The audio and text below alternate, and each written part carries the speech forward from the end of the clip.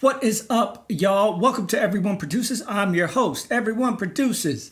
So the beat we're cooking up today is inspired by library music, a genre of music that had its heyday in the 70s and 80s. And it wasn't like music you'd hear in a library. It was a library of music that people could license for commercial shows or literally whatever you wanted to do.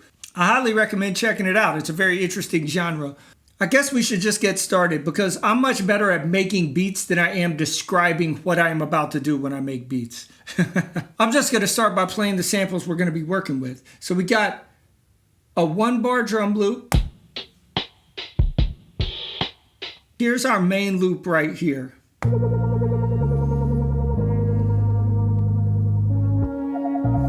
And I actually created this loop myself, just played a bunch of synths. If you would like to see how I did that, let me know in the comments. I can make a video on that. It'll be fun. Yeah. All right, I'm not going to play the full loop. We're just going to keep it moving here. Then also I have on my main drum pattern, I have just very simple couple one shots. I got a kick.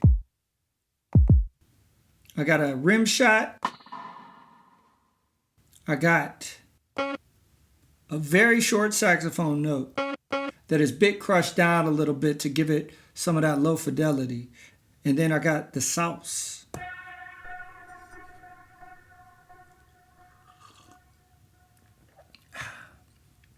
All right, so let's start out by laying down our drums. I'm gonna chop this into just 4 regions.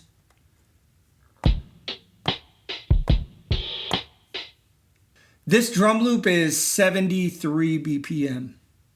I tell you this because it's gonna matter in a minute. So I got my 4 regions. I'm gonna convert this to new drum track using slices. While I'm here, I'm also gonna chop up our main loop. I'm just gonna play it straight. I'm not even gonna do any techniques because I played the loop myself and I think it's really cool. But we are gonna make this 94 BPM loop and that 73 BPM drum loop work together. I'm going to chop it into 32 regions, which will chop it into quarter notes. I'm going to convert that. Cool. Now, let's go out here. We're going to go to 1 bar. We're going to go down to 73 BPM. I'm just making a very simple 1-bar loop with this drum break.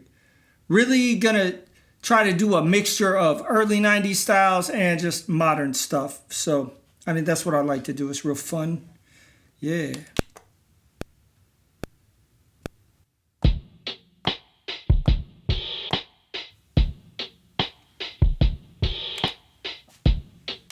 All right, I want this to be way faster, so I'm gonna have to pitch it up. I don't usually like to use time stretch. I prefer to pitch stuff to make it match time, pitch it or chop it and play it different.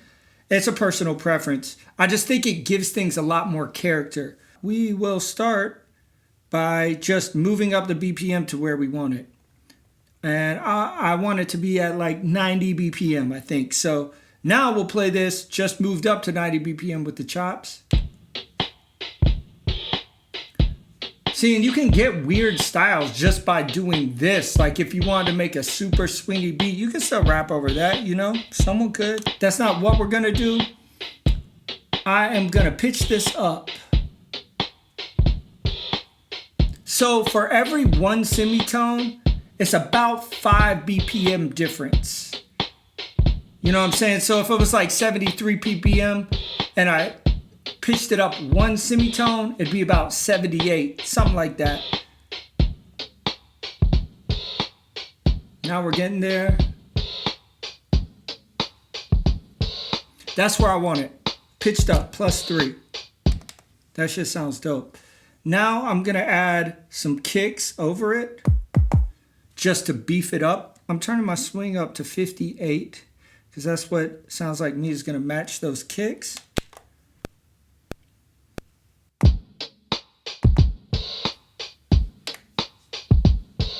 Yup. Cool. Now I'm going to lay a rim shot over on top of it. Now check this out. This rim shot is dope. I don't always want it to be super long like that though. I don't always want the tail on it, just sometimes. So here's a cool little trick. Go into Program Edit. That pad is selected. Go to here, go to Sample Play. Right now it's on 1 shot. One shot means it's just going to play the whole thing straight through. You go over 2 to note on, it'll only play it while you have your finger on it. So pretty cool. I'm going to double this sequence to 2 bars now, just so I have more variance when I record this. Hold on, I got to let my dog in. I didn't even know this little guy was outside. All right, Peanut's back. So yeah, I made this 2 bars. We got the on note off, note on. Yeah.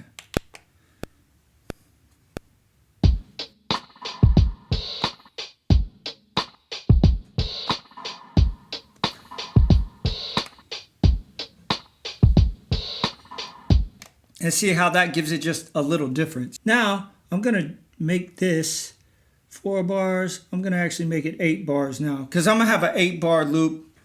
So I want to do something else with the drums as well. And since I'm using a break, I'm just mostly using the sounds from the break. I want to add another hi-hat. And I want to use that hi-hat right there, this with that first chop. I want to add that to another pad so I can chop it shorter. I'm going to hit this pencil button, go to copy pads, from drum 1 bar, pad A1, to track. This is important. They try to throw you off here because it's always trying to copy. Initially, it tries to copy to the next track.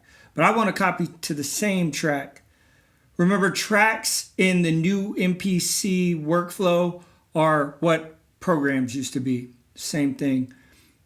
Track drum 1 bar, and I want to copy this. I want it on pad 7, so I'm going to go to A7. So copy pad from drum 1 bar to pad A1 to track drum 1 bar to pad A7. Do it. Now, I got that there, so I'm going to just chop this down. Can we all agree that being able to chop the sample chops in the screen while you're on the track is just totally a thing of beauty? I love it. All right, I'm going to go to half level. I'm actually going to bring my swing down to 54, so a bit less swing. And I like to use different types of swing with different elements of the beat, just because to me, it gives it a cooler feel. Not always, but you know, sometimes when it works really well.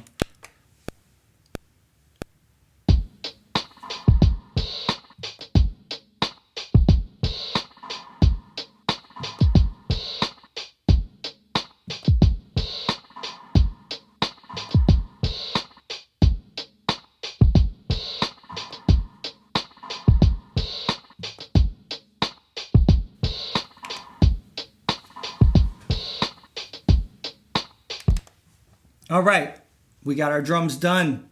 This is going marvelously. Always remember to turn the half level off. I like almost always forget that. Then I go hella far. Then I got to turn my shit up because I recorded everything past the point I used a half level at a half level. Got to stay caffeinated, man. It's for all my coffee drinkers out there. You know who you are. Yeah, let's record this loop, man.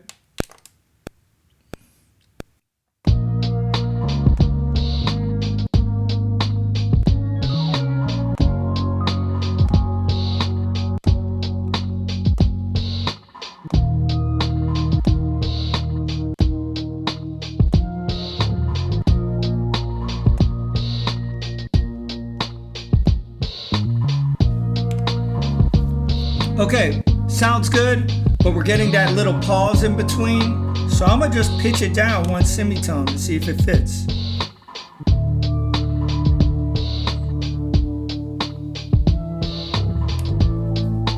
There we go. There we go, baby. All right. Let's throw a little sauce on it. What do you say?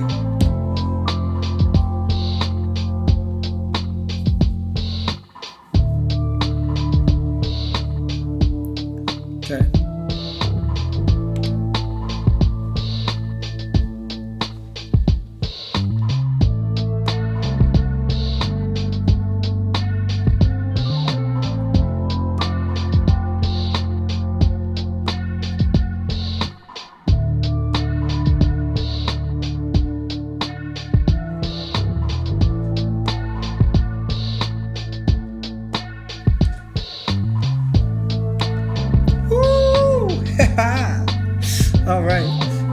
the shit I love. Now I want to throw this sax note on there. But it's in the wrong key. So let's pitch it down. Oh yeah, but in the samples, we go into samples because we only want to pitch this one pad down.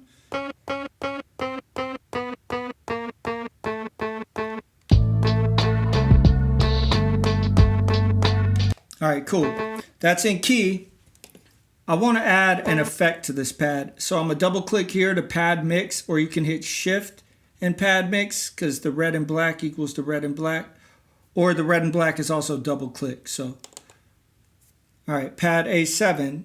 You can see it coming through there.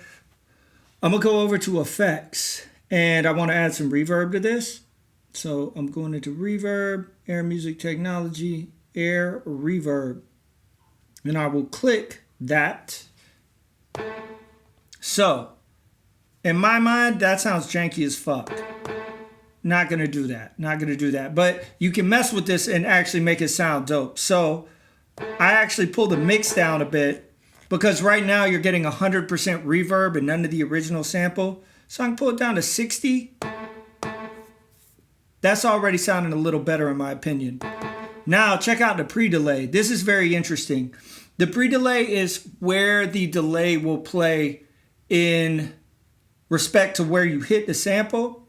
So if it's at 0, it plays right on the 1, but you can move it up and it actually plays later. Check this out. You can move it up a bunch and it's like a double note, which is a cool effect. You can use that for a snare sometimes, make it go or whatever you want to do. It's just a cool thing to play with. I'm not actually using that technique this time. I'm gonna bring it back down to about 29. Sounds good. Make this room a bunch bigger. And up the time. And vintage 1, because you know what? With presets, anytime they name any preset vintage, I'm gonna try it. They know the way to my heart. All right, so let's go back. So this is actually a straight up like super throwback style. Pete Rock, like Diamond D or Lord Finesse, like DITC cats. You think about them a lot when you think about this technique. And it's just, it came from like chopping stuff on records, generally jazz, and you'd have your whole beat and you want another thing to go on, but you could just chop the tiniest note. And then check this out. So we're gonna put this on 16 levels. We're putting it on velocity. Now we're gonna record it over. Watch this.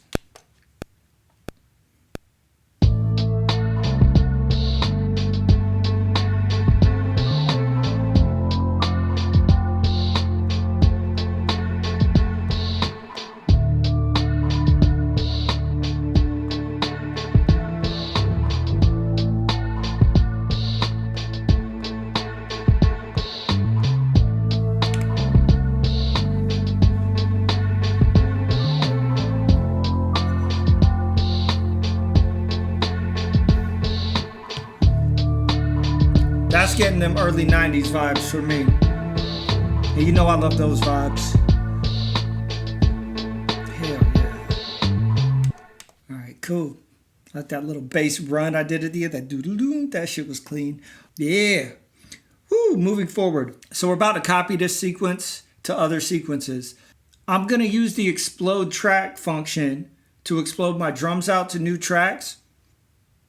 You always want to do that before you copy a sequence, because if you do it afterwards and you explode a track, it won't do it on every sequence. It'll only do it on one sequence.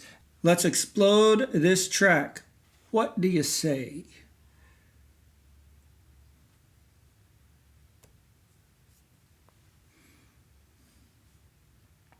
Just for housekeeping, I'm about to rename all these tracks. I am going to skip over this part in the video though. All right, I got everything renamed and we are ready to copy this to the next one. So I'm actually gonna mute the saxophone and the sauce. Then I'm gonna name this sequence 1. Copy sequence to 2. Name this 2. All right, and on this sequence, and then I'm gonna copy this one to 3 as well. Copy sequence to, and I'm gonna name this one 3. All right, now I've got 3 sequences. They all have the sauce and saxophone muted. I'm actually gonna go back to the second one and I'm gonna unmute these on this one. And then I'm gonna go to my third sequence and I'm actually gonna record the second part of the loop. I'm on bank A. Because that part, this version of the loop, the first 8 bars of the loop I made, I was playing my little fatty. I had a cool little wow, wow, wow, wow, wow, wow. Yeah.